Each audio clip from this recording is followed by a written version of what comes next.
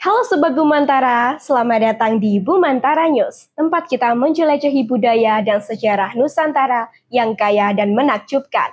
Saya Najwa Alifa dan di episode kali ini kita akan menyelami keindahan serta filosofi kain batik melalui karya-karya luar biasa dari Batik Satrio Manah yang berasal dari Tulung Agung, Jawa Timur. Untuk itu kita sudah terhubung dengan rekan saya Zida yang saat ini berada langsung di lokasi galeri dan tempat produksi Batik Satrio Manah. Zida, silakan laporannya.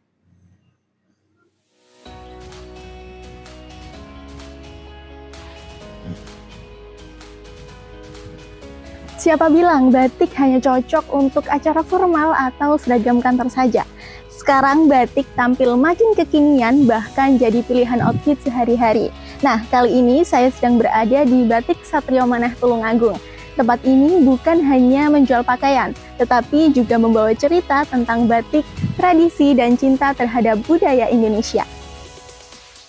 Tak hanya menjual, Batik Satrio Manah juga masih menjaga proses tradisional dalam pembuatan kainnya, mulai dari batik tulis hingga dengan batik cap. Semua dikerjakan dengan ketelatenan tangan-tangan pengrajin dari pengrajin lokal Tulung Agung. Perkenalkan, nama saya Prayogi Gamawijaya, biasa dipanggil Yogi. Saya adalah owner Batik Satrio Manah generasi ketiga. Ya, Batik Satrio Manah menyediakan batik tulis, batik cap, kemudian kombinasi cap dan tulis, kemudian kain motif batik printing, semuanya kita ada. Khusus untuk Satrio Manah ini adalah sebetulnya suatu nama motif ya, motif yang biasanya dipakai untuk calon mempelai pria yang melamar ya, gadis pujaannya. Ya, batik yang diminati oleh kalangan muda itu adalah motif-motif yang lebih kontemporer dengan warna-warna yang kalau ngejreng-ngejreng sekalian, kalau soft-soft sekalian, jadi tidak nanggung. Dan kebanyakan yang dihindari oleh anak muda ini adalah warna-warna hitam, warna-warna coklat yang kecenderungannya mengarahkan kan ke klasik ya. Jadi anak-anak muda ini kurang suka dengan hal yang klasik. Kisaran harga batik di Batik Satrio Manah ini mulai dari kain motif batik yang saya bilang printing itu tadi 80.000 sampai dengan yang tulis sekitar 8 juta. Ya, kami harap anak-anak muda ini jangan lupa tentang histori masa lalu. Batik ini adalah suatu warisan nenek moyang kita yang sudah diakui oleh UNESCO. Jangan sampai adik-adik atau generasi muda ini taunya hanya batik printing saja, alias kain motif batik ya.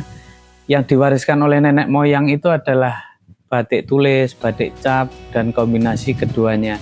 Jadi adik-adik ini minimal ya, generasi muda itu harus tahu apa sih batik. Nah, dari tahu kemudian suka memakai. Kalau belum tahu ya, belum cinta atau belum mengenal, tidak mungkin ya akan mendekat gitu.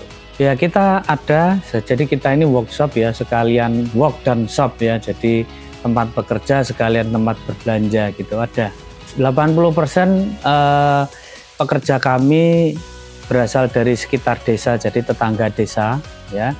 Kemudian yang 20% tetangga ya, seperti Desa Tapan, Desa Ringen Pitu, Desa Rejo Agung, tapi mayoritas adalah warga Desa Banguan. Di balik setiap kain batik terdapat ketelatenan dan keahlian dari para pengrajin.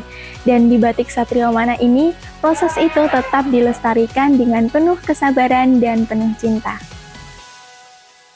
Ya, semoga generasi muda yang akan datang bisa membuat batik lah, agar tidak punah gitu, kita aja. Batik memang bukan sekedar kain.